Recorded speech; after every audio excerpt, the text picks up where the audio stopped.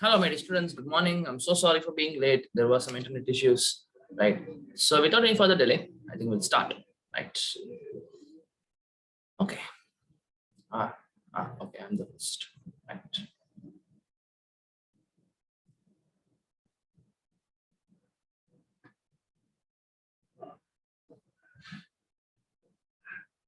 Right. So we were doing only revision. So we'll continue with it. Right. So I asked you to bring 3 questions. Everybody, did you bring? I think last class I asked everybody to bring 3 good questions. Did you guys bring? Anybody?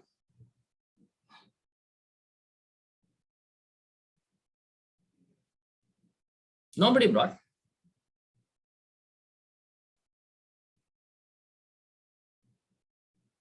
What happened? Aditi, Akshita, Amrita, Fuja, Janvi, Sanyai. Did anybody bring? Okay, there's something in the chat. Sir, can all tetravalent compounds form compounds like carbon? That means you're asking about the varieties of compounds, Sanyai? Like how much? Like what I understand from the question is, sir, there are so many compounds can form tetravalent compounds, like say silicon, for example, right? But the number of compounds formed by carbon will be enormous, even though both of them are tetravalent. But the number of compounds formed by carbon is very high compared to silicon or any other tetravalent element. Okay. Right. Okay. Sir, can you tell me from which chapter we have to bring 3 questions? I had back-to-back exams the past 2 weeks, so I don't know about this. No problem, Arman. The first 3 chapters, whichever chapters are there for your first midterm. First midterm, we have hot chapters. We have chemical reactions and equations, acid, bases, and salts, and metals and non-metals. Right? So these things, I mean, from these chapters only you have to bring questions. Like, but I think only for Arman they had exam. I mean, he had exams, or anybody else had exams the past 2 weeks? Sir, I had, sir. Who's that? Who's speaking? Vaishnavi, sir. Vaishnavi. Okay, Vaishnavi had exams. Okay, so fine. When is the exam getting over? Exams got over for everyone? Yes, sir, it got over, sir. Got over. So from next week, can I expect everyone to bring? See, this is just that you will do a 5 minutes work, like get me some questions, so that everybody brings, we'll be able to solve the questions rather than me teaching you, me asking you questions, right? If at all you yourself will bring a question, right, that will be a lot better, so that you will know what kind of questions can be asked, right? Okay, you will bring it to the next class, no problem, Kanna. No problem, Arman. So everybody will bring next class. Okay, right? So we have only 2 more chapters left. If I start it now, I'll complete it very soon. That's why I'm not starting it. Okay, utilize this time period very, very well, right? Make sure that you can, from the nook and corner of the book, wherever the questions are asked, right, you must be able to answer those questions, in your first term exams. That is the idea of this whole class, and that is the idea of the revision classes. Can carbon form 4 bonds with carbon? Okay, that's a good question, right? So Sanya, right? So you're asking whether I have like this, right? Is this what you're asking? See the 4 bonds. See? Yes, Okay, Sanya, this is not possible. Okay, now why this is not possible? Okay, let me tell you. But you don't know s orbitals, p. Do you have any idea about orbitals, s orbitals, p orbitals? yes, sir. You have? Okay, right. So even if you don't know, I will not tell you, because the next year only you will learn about this. Okay. So what will happen is, Kanna, when I say a covalent bond, see, this is not in your syllabus, people. You don't have to know this, right? This is, anyways, you're going to study about this in your 11th class, but just because the question came, I'm answering this, right? So covalent bonds can be of 2 types. One are what are called as sigma. Okay, I'll write the name. Sigma and it is represented by the Greek letter sigma bonds, right? The other one are what are called as pi bonds. Okay, right? There is something called as a sigma bond and there is something called as a pi bond. Okay, so what is the basic? Both of them are covalent bonds coming by mutual sharing of electrons. Okay, then what is the basic difference? The basic difference is you have to understand how the covalent bond is formed first. Then only you'll understand the difference. Okay, see, a covalent bond is, for it is mutual sharing of electron, right? Say how can I understand this is I have, say for example, I'll take H2 molecule. Okay, say I have two hydrogens, right? Now both of these atoms have one electron. Okay, now there is a reason why I'm putting a circle here. Okay, because you will understand that there is something called as orbitals. Now we know only K shell, M shell, N shell, and so on and so forth, right? Inside these shells, I have something called as subshells, right? Say, oh, you open your rack, right? There's a big cupboard. Inside the big cupboard, there'll be so many shelves, right? Right? So like that, you understand. I have a big thing that is here, say K shell. K shell is very big. Inside the K shell, you will have so many subshells.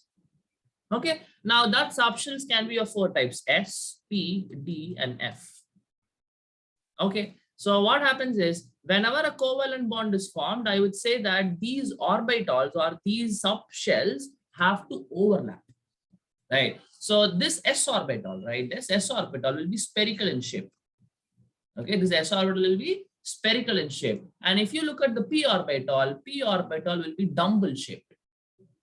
Okay, P orbital will be dumbbell shape. So this overlap, right, when they come together and they overlap like this, you will have mutual sharing of electron. This is where I call H2 is formed, right? So one electron in one of the S orbital, another electron and another S orbital will come together, they will overlap, right? And then they will make the sigma bond. Mutual sharing is happening. You can see here, mutual sharing is happening.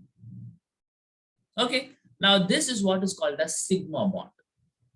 Okay, this is what is called as sigma bond, right? Sigma bond means I need to have head-on collision or head-on overlap, right? Like this, it should come and attack. Both the heads should come and attack. Those should come and join together, right? Now, if you take S orbitals, I told you S orbitals are spherical in shape, right? Now, the only possibility by which they will be able to undergo this overlap is by head-on collision because they are spherical in shape. There is no other kind of overlap you can think about, right? But if you take P orbitals, I can have two kinds of overlap. Sigma bonds can have only this kind of overlap, no matter what. That is S orbitals, right? But if you take P orbitals, people, P orbital can have head-on overlap like this, right? Head overlapping. This is the shape I told you, double shape. One P orbital, another P orbital, head-on collision. Again, this is sigma bond. Okay, but if you look at P orbital, there is another possibility that they can come and overlap like this, right? Like this is head-on overlap, sigma bond. If they overlap laterally, this is lateral overlap, coming like this, right? Now this is my lateral overlap that is gonna form a pi bond. Okay, anyways, we'll study them all of this again. Okay, sigma bond means head-on collision, pi bond means lateral overlap or lateral collision. Right, now you see, like, why did we start all this? Is just to understand why carbon cannot form 4 bonds with itself, right? Now, please understand, people. I'm so sorry. What you have to understand is, in any molecule or in any bond or between any two atoms, the first bond which is formed is a sigma bond. Okay, please understand that sigma bond is a stronger bond than pi bond.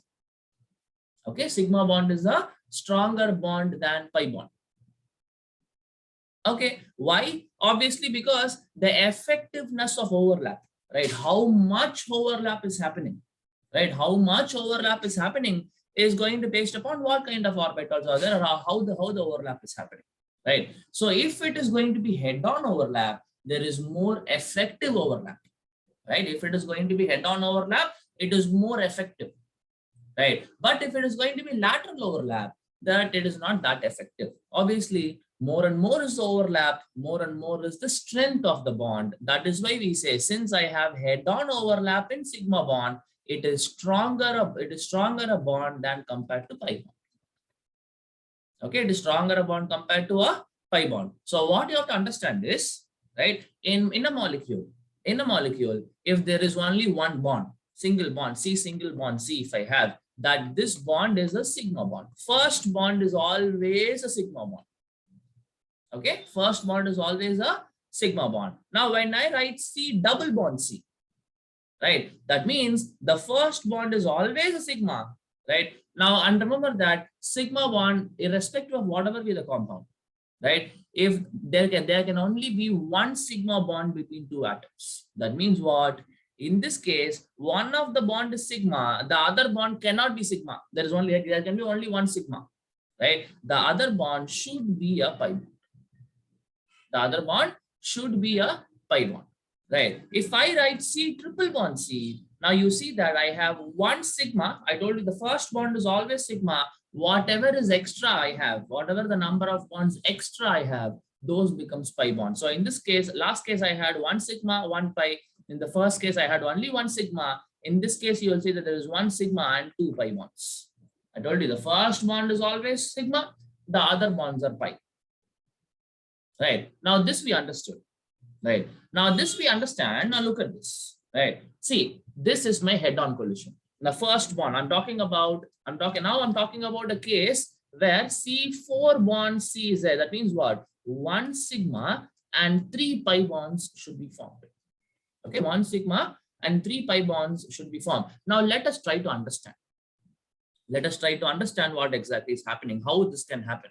Right. Now see, this is my head-on overlap, first bond. Okay, head-on overlap done. Right. Now you have p orbitals. See, remember this p orbitals I say, right? P orbitals can be px, py, and pz. Now what do you mean by this px, py, and pz? Px will be like this. Okay, px, say this is my axis, this is my x-axis. The dumbbell is going to be along this x-axis. Okay, now if it is going to be py, right, it is going to be along y-axis, right? And if it is going to be pz, this is my z-axis, right, the dumbbell is going to be along the z-axis. That is the basic difference. Okay, this x, y, z represents the axis to which they are oriented. Okay, axis to which they are oriented. Okay, right. Now you see, for example, I'm considering a case where I have four bonds between carbon. Let us check whether it is possible or not. Okay, first is my head-on collision. First, a sigma bond is over. Sigma bond is over. Now you see, if this is my px, right? Px of one carbon, px of second carbon, sigma bond. Again, I repeat, px of one carbon, px of second carbon, sigma bond. Right. Now, what can you have? Now, there is no other sigma bond possible, right? Because see, now this finger is another p orbital. This, my thumb, is another p orbital. Okay. This thumb is one p orbital. This thumb is another p orbital. Now, you see, I can have a lateral overlap, right? Now, this can undergo a lateral overlap like this. This is already there, guys. I'm not able to show you. This is stable. I can have a lateral overlap like this. I can have a lateral overlap like this. Right, I hope you're able to see. This is my sigma bond, done. Lateral overlap. Now lateral overlap is because it's like this, guys. This is like this, so it will come like this. Lateral overlap. Same way, this is like this, lateral overlap. Right. Now you'll understand that there is no other possibility for a bond. There is no other possibility. You can check, right? The sigma bond is done. Say s orbitals are forming sigma bond. This is my px. This is my py. My pz will be somewhere here in this line only. Right, now it cannot undergo any more pi bond. Okay, so not only in this compound, anything cannot have four bonds between themselves. It is not possible because of this reason. Because first bond will be a sigma, two more pi bonds only can be formed. Third pi bond cannot be formed because of what? This geometry issues. It will not be able to form. Okay, even though it is not there in your syllabus, but still it's a good thing to know. Sigma bond, pi bond, what is the overlap, all these things. Sir, but 4 bonds with other compounds, is it possible? No, in no other compound between two atoms, 4 bond is never possible. Okay, maximum 3 bonds between two atoms. 4 bonds, no. Okay, right. Even though if you didn't understand this, it's completely all right. Okay, whatever I told you now, if you didn't understand, something got into your head, something didn't get you in here, completely all right. Okay, this you don't have to worry about. Okay, anybody else has any other questions? Okay, there's something in the chat. Calcium phosphate is present in tooth enamel. Its structure is okay. Now, calcium phosphate, right? Now, calcium phosphate is a salt, right? Who asked this question? It was, oh, there is some other question. So many people are asking me. Okay, Sanya. Okay, this is Vaishnavi. Okay, Vaishnavi is the question. What happens when dilute HCl is added to an iron filling? Take the correct answer. Then just make it full screen. Okay. And then iron salt. What? Iron salt? Okay, iron salt and water are produced, H2 gas. And iron chloride are produced. Chlorine gas and iron hydroxide are produced. H2 gas and iron chloride are produced. No reaction takes place. Okay, right.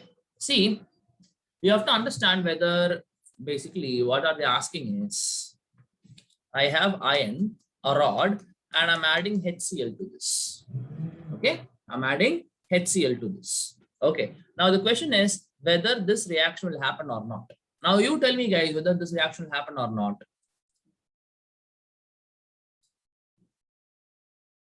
It will happen, sir. It will happen, right? Because iron is little more reactive.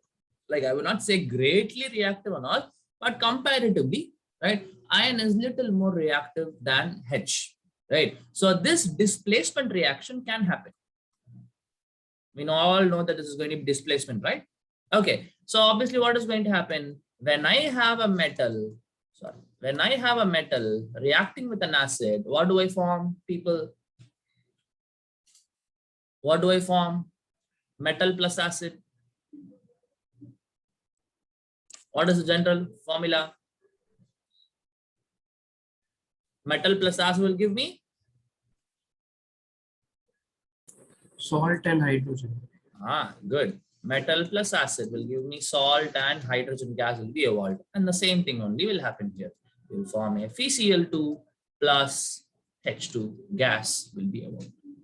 Right? So now if I have to answer the question,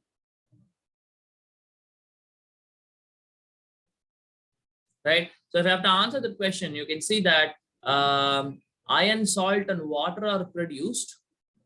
I don't know, this is something. H2 gas and iron chloride are produced. Option A is correct, but the first half of the statement should not be included, Kana. Right? The answer is Actually, the second part came by mistake, sir. that is the actual answer is H2 gas is produced and iron chloride is produced. That's Yes, the answer. sir. Yes, sir. Okay, right? Very simple. Right. Now going to the next question. Calcium phosphate is present in tooth enamel. I think we have discussed about this, right? Now all the tooth, like why do we brush, all these things, I think we have already spoken about, right? So calcium phosphate present in tooth enamel is what? Whether it's neutral, amphoteric, acidic, or basic. Right? Now this kind of questions we have solved in the previous class, right? And I think I told you, by looking at the salt, just by looking at the salt, you will be able to predict whether it is going to be an acidic or a basic or a neutral salt, right? Okay, guys, now we know it is calcium phosphate.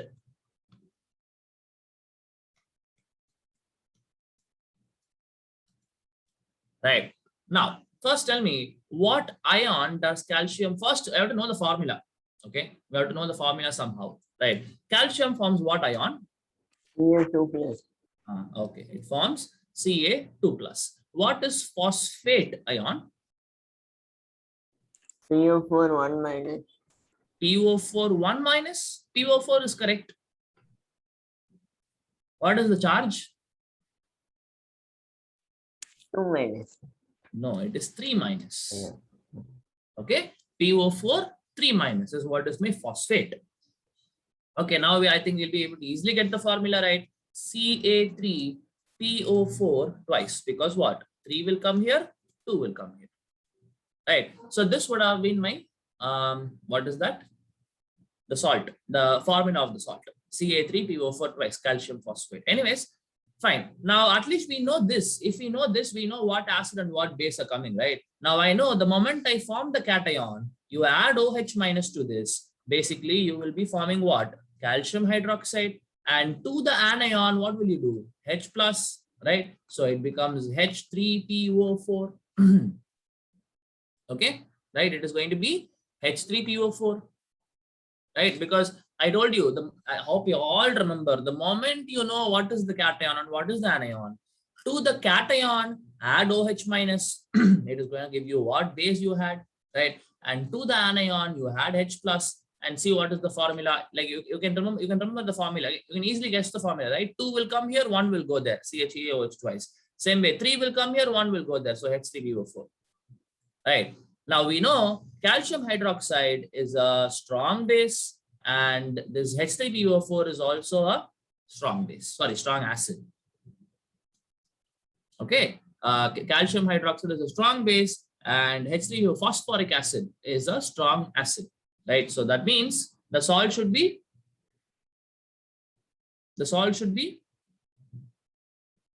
if I have a strong base and a strong acid combining to form a salt, sorry? Neutral. What is neutral, absolutely. Okay, so the salt, calcium phosphate in your mouth will be neutral in nature. Okay, but let us confirm this. Can someone Google, is calcium phosphate neutral? Can somebody type in Google and tell me what answer you're getting? Just type, is calcium phosphate a neutral salt? Just type this in Google and tell me what you get.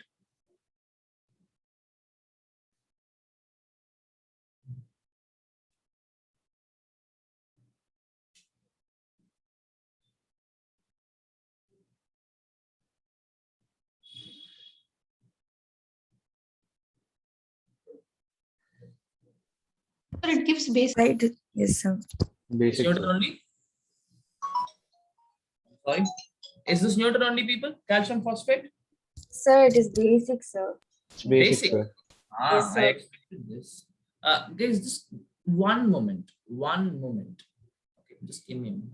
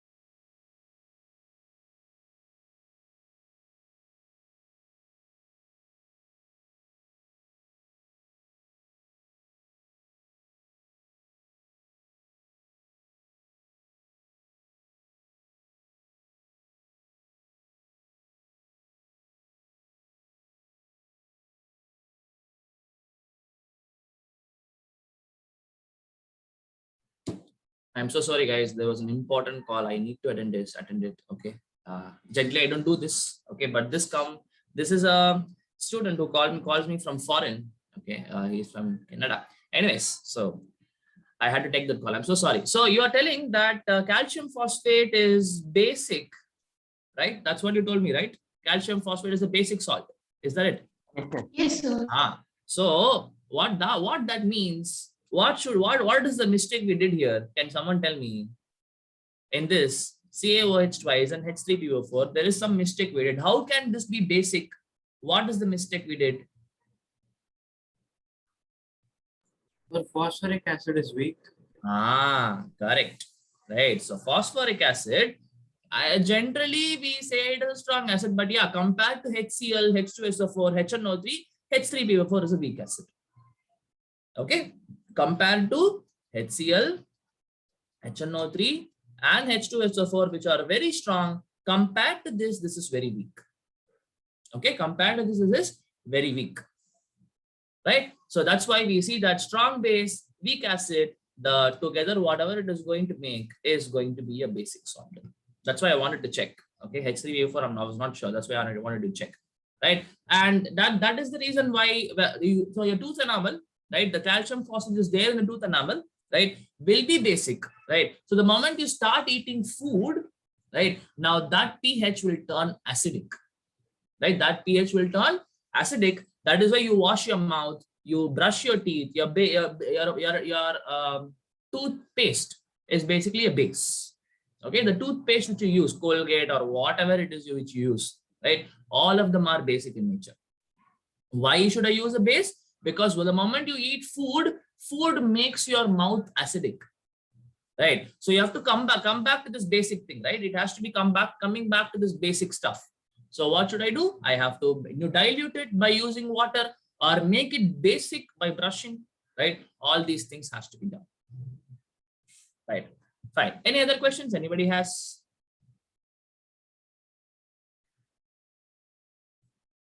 Oh, there is one more, right? Oh no, every question is solved, right?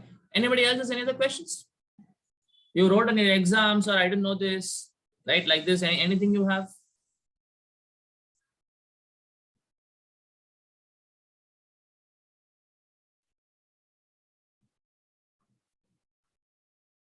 Okay, then let me ask you a question.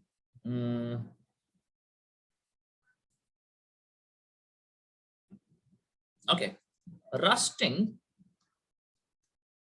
of iron is a dash, right? Is a dash reaction. Can someone tell me? Again, I can have options A, B, C, D. Oxidation. Oxidation reaction. Definitely. One possibility is oxidation, but fine. But we should not tell it as oxidation. We should tell it as a redox reaction.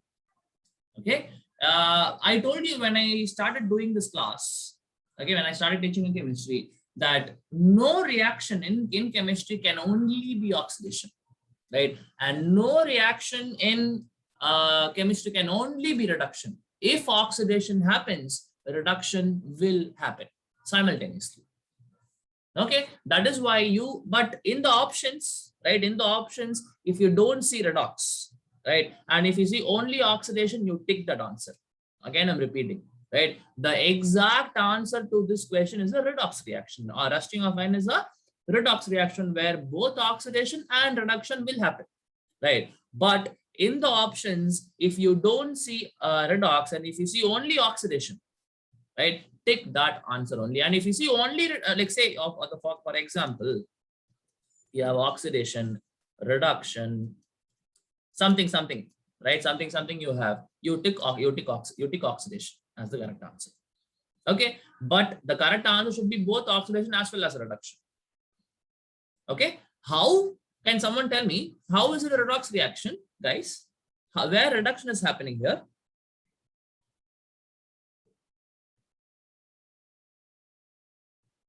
Where reduction is happening, to what reduction is happening?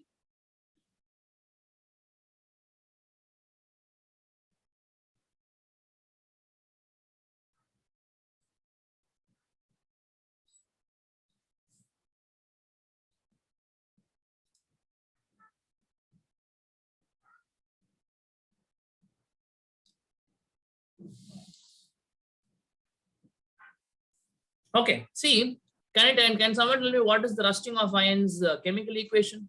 How do you write the chemical equation, people, for rusting of iron? For rusting of iron, tell me the chemical equation.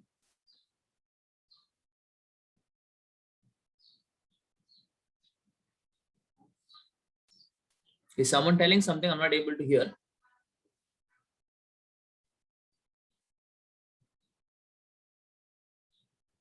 Fe plus Ah. O2 plus H2O Hmm. gives Hmm. FeOH whole thrice. Okay, so you can just directly write it as Fe2O3 dot XH2O. This is the formula for rust. Okay, so iron in the presence of oxygen and moisture will form this particular compound Fe2O3 dot XH2O. I know this XH2O is what is called as, this XH2O is what is called as, when I write dot H2O, what is it called as? When I write dot The H2O, water of crystallization. Water of crystallization. Right. Anyways, so this is the formula for the rust, Fe2O3.XH2. Right. Now you see, I can call this an oxidation, but no, we should not be calling it. We should call it as redox reaction. Let me tell you why. This can also be a combination reaction, people. Is it not? See, three things combined together to make one thing. Is it not? So this can be a combination reaction also. Combination of iron, oxygen, and water to form rust. And the rust formula is Fe2O3.XH2O. Right. Now coming back to this redox, how is it redox? Why is it not oxidation? Now you see iron is oxidized, right? Iron is the one that is getting oxidized.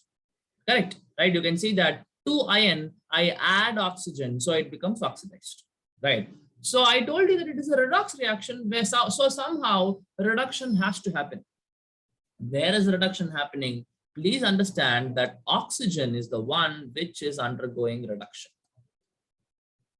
Okay, iron is undergoing oxidation, oxygen is undergoing reduction. Okay, how oxygen undergoes reduction is very simple, people. Now you see oxygen is there, O2, O is there, right? So now they look at the charge of this. Basically, in this case, what would have formed? Fe3 plus and O2 minus should have been formed, right? Then only you'll get this Fe2O3, right? Fe3 plus ion should be there, O2 minus ion should be there, right? Now you see oxygen here will not have any charge, zero. This oxygen O2 which I have here doesn't have any charge, or zero, right? So this oxygen has to accept 2 electron to form O2 minus. Correct? Oxygen has to accept 2 more electrons to form O2 minus. So obviously whichever is accepting electron, that is that not reduced, or is that not reduction people? Right? Okay. Removal of electron is oxidation. Addition of electron is reduction. Right? So you see that oxygen is taking up 2 electrons to form O2 minus, that is there in this Fe2O3. Right? So definitely it is accepting electron. So I will tell that oxygen is undergoing reduction. Say I can talk the same way in terms of Fe also. Fe has to lose 3 electrons to form Fe3 plus. So Fe has lost electron. So I will tell Fe that it is oxidized. Okay. So you have to be very careful. Generally, the proper way of addressing this is a redox reaction only. But in the choices, you don't have redox, you have oxidation, and only you choose oxidation as the correct answer. Okay, but you understood how it is redox. Both oxidation as well as reduction will happen. Iron is getting oxidized, oxygen is getting reduced. Okay, and also I told you that it can be a combination reaction also. Right, because iron, oxygen, and water combines together to form one compound, and that is my rust. Okay, right. Any other questions anybody has? Particularly, anybody wants to ask me anything?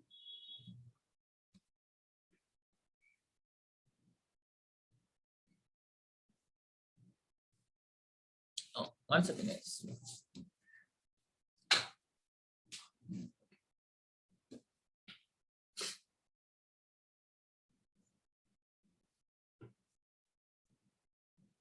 Okay, then let me ask you a question. Sir, A I sent the non-metal. questions. Yeah, go on. Sir, I sent the questions in the chat. I'm not able to hear what you say, Sanya. I sent the question in the chat, sir. Oh, you sent a question in the chat. Okay, okay. Why do cyclobutane and butane have same molecular formula, though they are different functional groups? Are they the same thing? No, they are not the same thing. Okay.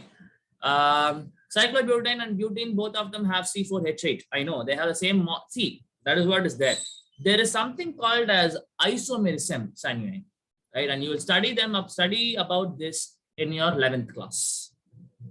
Okay. What do you mean by? I'll be write it. Okay.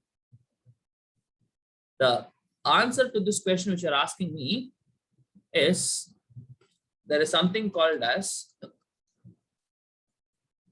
isomerism, right? What is isomerism? Isomerism is a phenomenon, or say it's a thing in which two molecules or two compounds have same molecular formula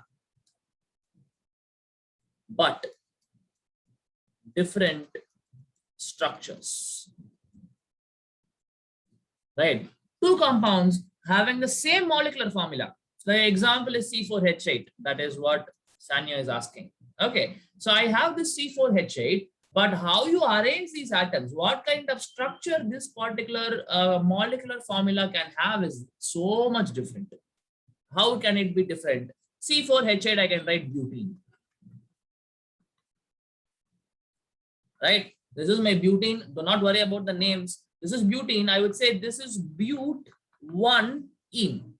Why 1? Because in the first carbon atom I have a double bond. Do not worry about this. Now the same compound I will be able to write like this: CH3, CH double bond, CH, CH3. Again, you see it will be C4H8, but I will tell the name as but-2-ene because in the second carbon atom now I have a double bond. Okay. Now, or I can even have a structure like this: CH3, CH3, double bond, CH2. Right. Now you see there are only 3 carbon atoms in the main chain and this becomes a branch. Again, this is also going to have C4H8 only. Right. And also I can have a 4-membered ring like this. All these are CH2, CH2, CH2, and CH2. Right? This is my cyclobutane. Again, it is going to have same molecular formula but different structure. Or I can even have a cyclopropane ring, 3-membered ring with 1 CH3. Right? Now look at the options you have. Only one molecular formula. Where is it? One molecular formula, that is my C4H8. Right? Look at how many structures are possible. Right? 1, 2, 3, 4, 5. 5 structures are possible for one molecular formula. Okay, this phenomena is what is called as isomerism, and all these things, 5 things put together, are what are called as isomers of C4H8. Okay, all these 5 structures which we drew are what are called as isomers of C4H8, and they are not same. Right? Now you cannot tell anything about the compound by looking at the molecular formula. Literally, you cannot tell anything about the compound. By looking at the molecular formula, okay, we can calculate the molecular mass and those things we can do. But chemical properties, physical properties, all these things will depend on the actual structure. You have to know any of this. What are they exactly talking about it? Right? You should know it. Only then you can talk about. So what I'm trying to tell you is all these 5 compounds, even though they have the same molecular formula, C4H8, they are entirely different compounds. Different chemical properties, different physical properties. All of them will be different. Okay? Understood? Understood, sir.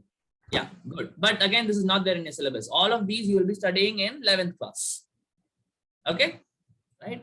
Anyways, it's good that you're knowing now itself, right? It will be useful in 11th class, right? Anybody else has any other questions?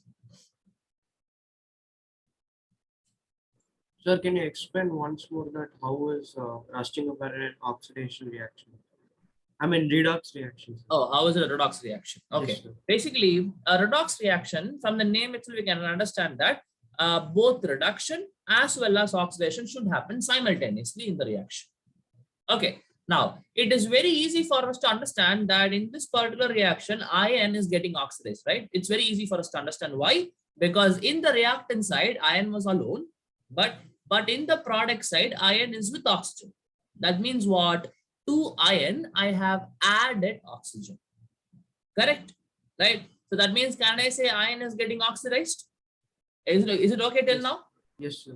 Okay, right. Now, I told you it is a redox reaction where oxidation, I understood it is happening, right? So definitely now what? Your reduction should happen.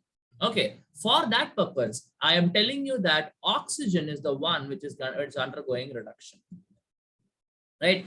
Now, you will not be able to check it normally how you check, right? So for that, we will go to the definitions of oxidation and reduction in terms of electron. Now we know loss of electron is oxidation and gain of electron is reduction. This we know, right?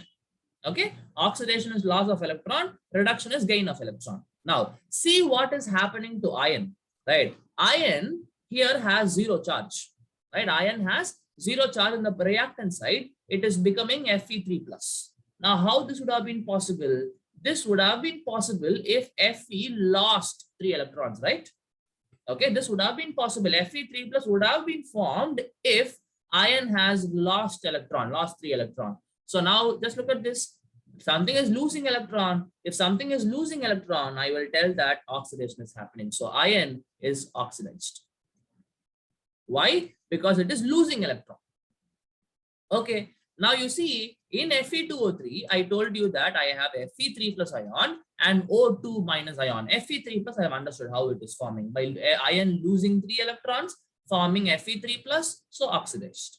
Right. Now see what is happening to oxygen. O2 is there. Okay, let me write O2 for if you don't understand. O2 should form 2 O2 minus. Basically 2 molecule or 2 ions of O2 minus should be there.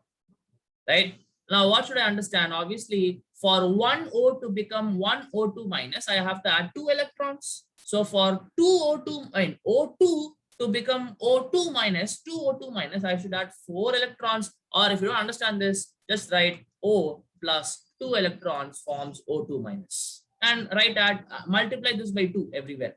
So that 2 oxygens are there, both of them are accepting electron. Okay, now what is happening to oxygen? It is 0 here, no charge, and it is becoming O2 minus. And how is that possible? By accepting or by gaining 2 electrons. So what is happening to oxygen? Oxygen is undergoing reduction. Why? Because it is accepting electron. Fe is undergoing oxidation. Why? Because it is losing electron. And that is exactly what is told here. Yes, understood? Yes, sir, I understood. Okay. Is that a confident yes or a okay yes? No, sir, I understood. Good, nice. Right. Fine, guys. I think we'll stop with this for today. Right. See, next class, if we can bring questions, we can solve. Please, everybody, make sure. Or I want, let me tell you this. No exams are going on, all right? By Tuesday.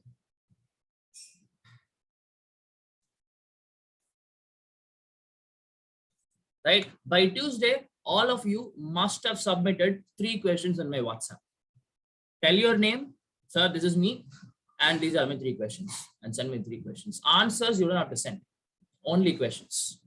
Okay, by Tuesday, I require everybody's question. Right? That is, you have today, tomorrow, and day after tomorrow. Before Tuesday, 12 o'clock at night, right? I need the answers. I not the answers, I need the questions. 3 questions from all of you. For tomorrow, for next Sunday session. Okay, so easily it will take only 5 minutes job, people, right? But just check whether it belongs to that particular chapter. It should come only in the first 3 chapters, right? Carbon and its compounds, periodic table chapters do not include. Only these 3 chapters: chemical reactions and equations, acid, bases, and salts, and metals and non-metals. Only these three chapters questions. Only MCQs. Again, I'm repeating. Only MCQs. 3 questions by Tuesday. It has to reach me. Okay, fine. I'm ending the class right here. If Sir, in anybody that same, sir, how did oxygen gain 2 electrons, sir? Like from where, sir? From where ion Yes, is sir. losing electron, right? Some Yes, sir. electrons are getting lost. That electrons are there. That electron can be accepted. How NaCl is formed? Sodium is losing electron, Yes, sir. and that 1 electron lost is accepted by Cl, sir. chlorine to form Cl minus. That's exactly what is happening here. Okay, sir, I got it. Okay, right. Fine. Anybody else has any other questions? Okay. Thank you so much, people. We'll meet again Tuesday. Don't forget. Okay. Thank you so much. Thank you, sir. Thank you, sir. Thank you, sir. Thank you, everybody. Thank you, sir. Send it on Thursday, sir, because we have portfolio submissions, sir. So I don't think I'll be available or not. You will be available for the next class. Sir, on Thursday, can I send? Yeah, please take your time. No problem. Right, whenever you become free, no issues. But send it before the Sunday's class. Okay. Yes, sir. Cool. Thank you, Dana. We'll meet.